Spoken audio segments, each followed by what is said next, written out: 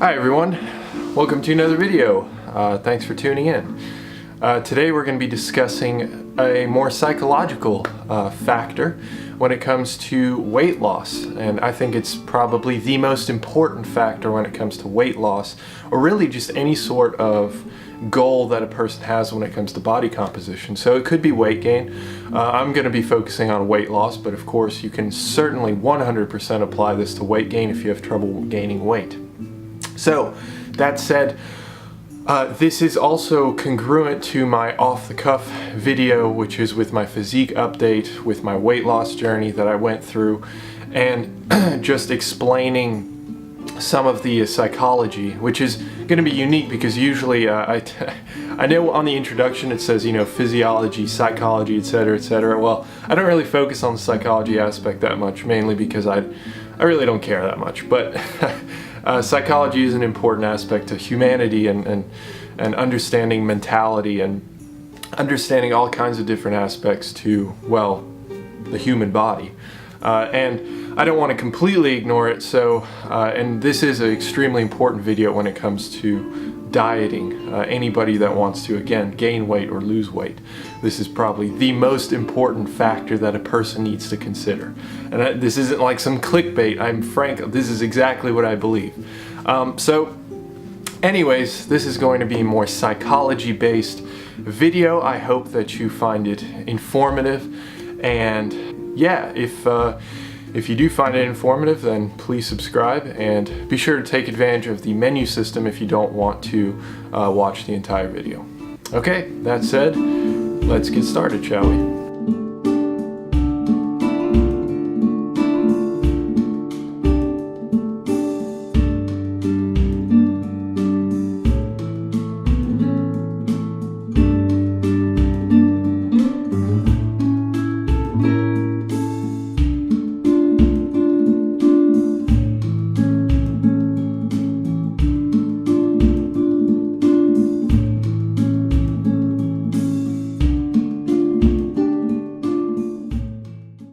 And again, first things first, what is an operational definition for dieting? Well, of course there are many different operational definitions, and that's why it's important to distinguish what ours is going to be.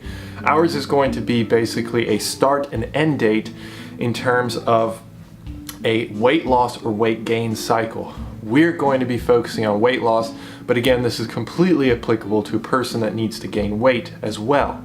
So, that said, a diet is basically a protocol where we have a start date and we change or restrict in some way our food intake, be that calorically, macronutrients, or with specific foods in certain instances, if you believe in the whole clean eating, for example. And then there's an end date. So a start and an end date, and between that is the restriction protocol to get to a certain weight, be that caloric deficit or caloric surplus. And that's that. That's the only definition that we need. We can move on to the next section. The next thing is a physiological factor that we need to understand before we can get to the meat of the video, which is metabolism. And I'm not going to bog you down with all the different types of metabolism or the different parts of metabolism, etc., because that doesn't really matter in this context. Really all we need to know is metabolism is the chemical processes that occur throughout the body, enzymatic reactions, talking about all kinds of different reactions that happen inside the body to maintain life. So to maintain homeostasis in our body, metabolism has to occur. And another factor that we need to understand is that metabolism is generally pretty stable. It's not going to just suddenly drop. It's not going to just cut in half for just a minor caloric deficit that you'd see in a regular diet. So we need to understand that it is generally pretty stable. It will decrease, of course, with the diet. I'm not trying to bog you down with a bunch of details like that, but if we assume that it's going to be relatively stable with some fluctuation up and some fluctuation down, more so on that down aspect, which means that this next point is going to be 100% more impactful. Metabolism also, as our last point, metabolism is also the driving force for weight loss. If we do not have a metabolism, we will not see any change in body composition because we are dead. If we do not have a metabolism, then you are dead. There's no two ways about that. So metabolism is the driving force from a biochemical standpoint, is the driving force for your weight loss or weight gain goals. And again, we're going to be focusing on that weight loss because that's what typically most people try to aim for. Okay, so that said, metabolism, maintaining life, maintaining homeostasis. Metabolism is relatively stable, so if we accept that to be true. And then the third thing is it is the driving force because it is the thing that uses calories. It needs energy to function, and you must have a metabolism to be alive. So it's relatively stable, and that's what causes our weight loss. If we consume less than we need, then the metabolism needs to maintain your body weight, your body composition, then it will start burning or using those substrates that are attached to your body, namely fat. Usually it would start with fat, and in that case you would see a fat loss, a weight loss, which aren't necessarily the same thing, but again, I don't want to overcomplicate things. So those are the tenets that we need to understand before we can move on to the meat of the video, which is what we will do right now. Okay, and this is where the psychology of this video comes in, and this is again where the meat and potatoes of this video come in. We need to have a sustainable diet. And the reason being is because we need to understand metabolism. We understand that metabolism is a constant state, relatively constant. It's not going to just cut in half by just miracle. It's not going to suddenly increase by 50% or anything like that. You can manipulate it, you can change it a little bit. Again, I'm not going to go into those variables in this video because that would be a whole nother video, a whole series of videos.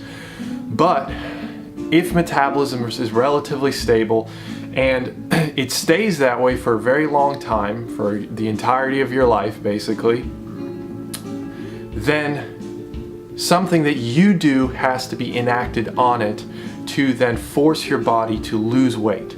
Okay, so that's the case. We need to be in a consistent calorie deficit to lose weight. And the reason being is because metabolism gives you that stability.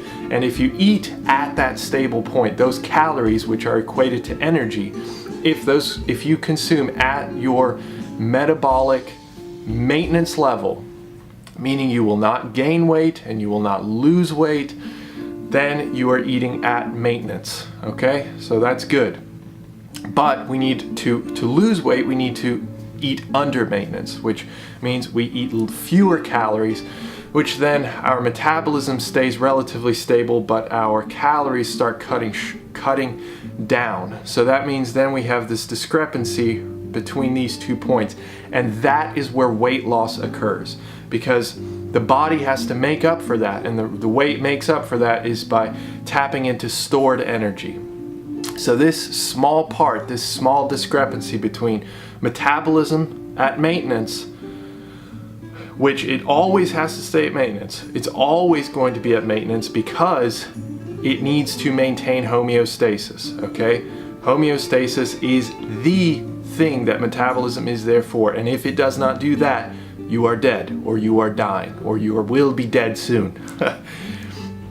And this point, which is what you are giving it, there is this discrepancy, and that discrepancy needs to be filled with energy, calories. Calories can come off of your body.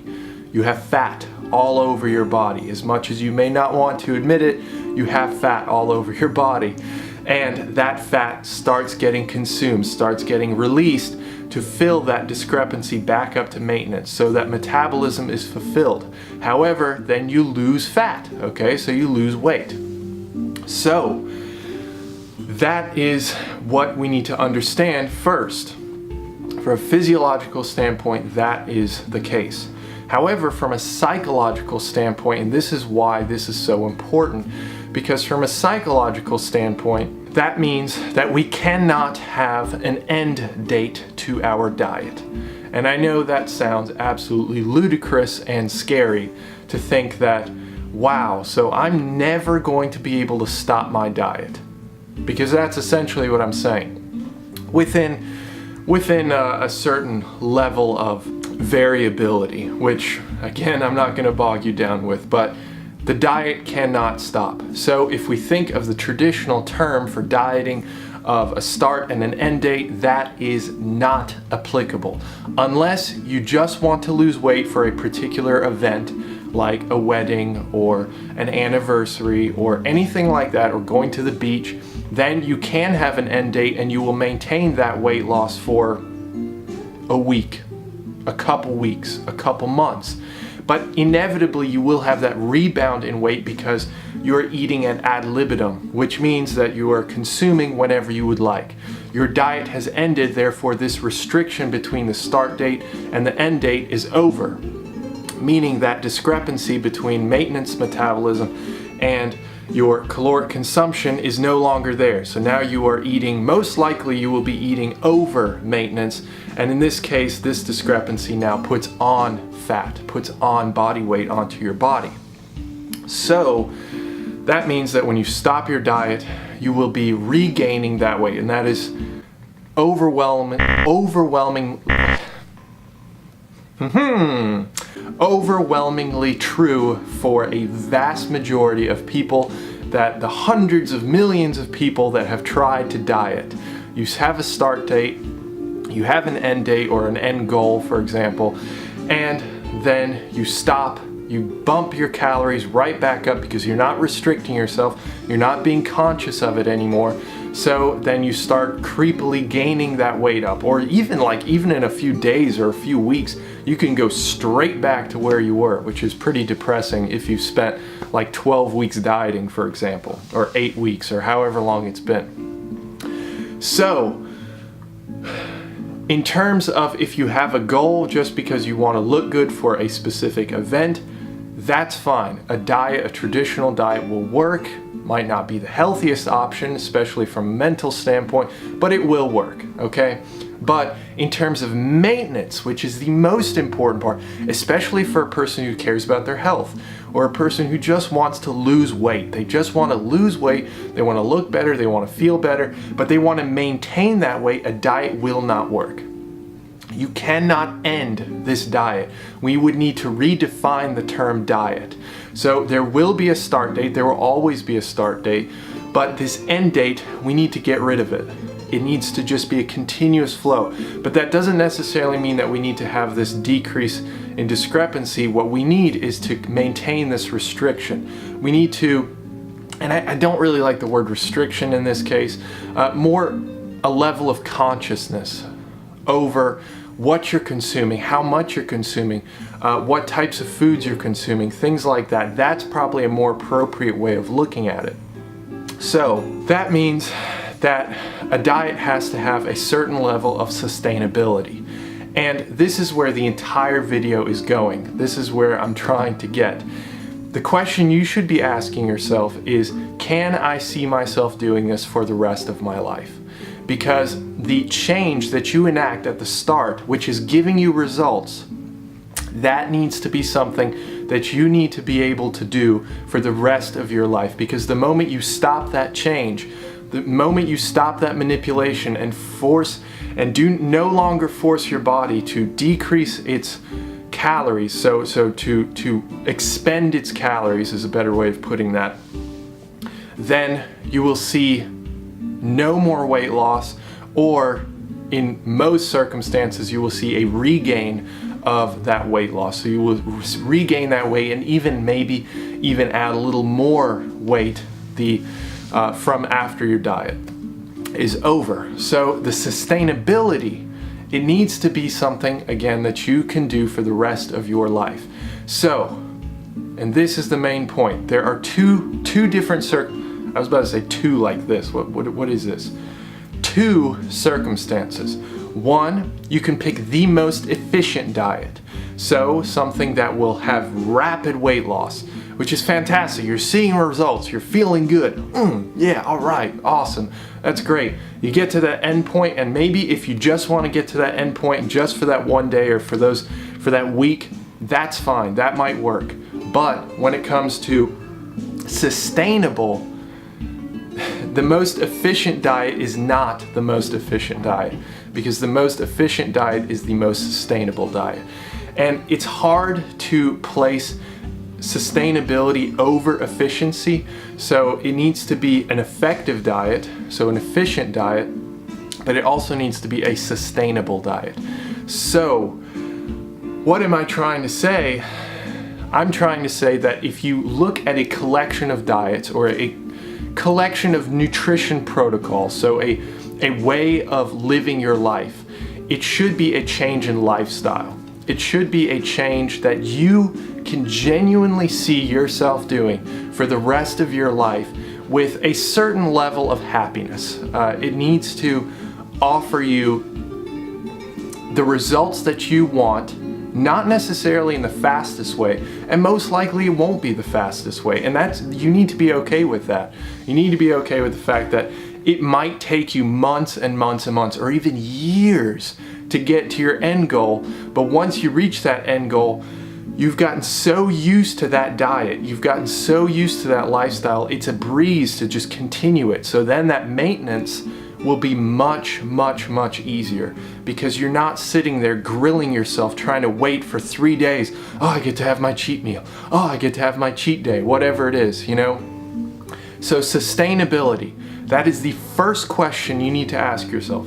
Well, okay, maybe I'll rephrase that. First of all, you need to list all the diets that are going to be effective in some way. They don't have to be the most effective. You can have a list of the most effective to the effective but not the most effective, okay? Because your diet has to be effective. You have to be able to lose weight. It has to put you in a consistent calorie deficit. That is without a doubt something that needs to happen for you to see results. And we want to see results, right?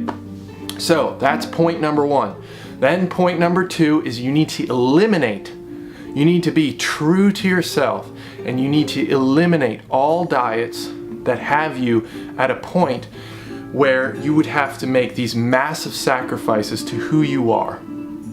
If you love eating cheese and crackers, you're a mouse apparently, or you love eating, I don't know, tiramisu, something that's delicious, something that you really enjoy, and the diet says absolutely not, never, or you can only have it once a month, it's going to break you. That willpower that you have now, that willpower that you have at the start date, or even all the way to the end date, once that end date hits, it's over. Like, that weight is just gonna shoot straight up because you're not restricting yourself. You're not being conscious of what you're doing anymore.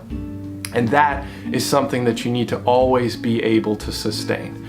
So, you want an effective diet, but not necessarily the most effective diet if the effectiveness of the diet supersedes the sustainability of the diet. Hopefully that made sense. You need to focus on sustainability. You need to focus on a certain level of effectiveness, but mostly you need to focus on 100% sustainability. This is the summary of the video for those of you that need a quick recap. If not, please subscribe and check out the attached article. Alright, let's see if I can create a shortened version of what I just said. We talked about what a diet is. We talked about how there is a start and an end date to a typical diet. We talked about metabolism. We talked about how metabolism is really the body's function to maintain homeostasis. So, well, at least one of the major functions, and it is where all your calories and energy go to maintain life. If you do not have a metabolism, you are dead or very near dying. You're going to die any minute. And then we talked about the sustainability approach. So we talked about how metabolism is going to stay relatively stable. So we know that even through a basic calorie deficit, which is necessary. So your body's going to start pulling energy off your body, and it does that by releasing fat and oxidizing fat. So that is the way that we lose weight, or that's the way that we lose fat, which usually equates to weight loss. So that being the case, metabolism is going to stay the same. We enact a change, so we start restricting our diet in some form or fashion, and then that leads to weight loss. However, the issue with that is that if you have a typical diet, you're going to have an end date, and at that end date, you're going to stop that manipulation, you're going to stop that adaptation, you're going to stop that restriction of your food intake in whatever way you decide to change that food intake. So that's going to lead to no more of regulation. So that means most likely, and this happens very, very, very often, people end up regaining the weight because, again, they go back to their old habits, they end up going back to their old diets, and that leads to weight regain and sometimes even more weight gain than they initially started with, which is a real bummer. So what we need to do is get rid of the end date. We get rid of the end date of dieting, and that sounds absolutely ludicrous. That sounds preposterous. What?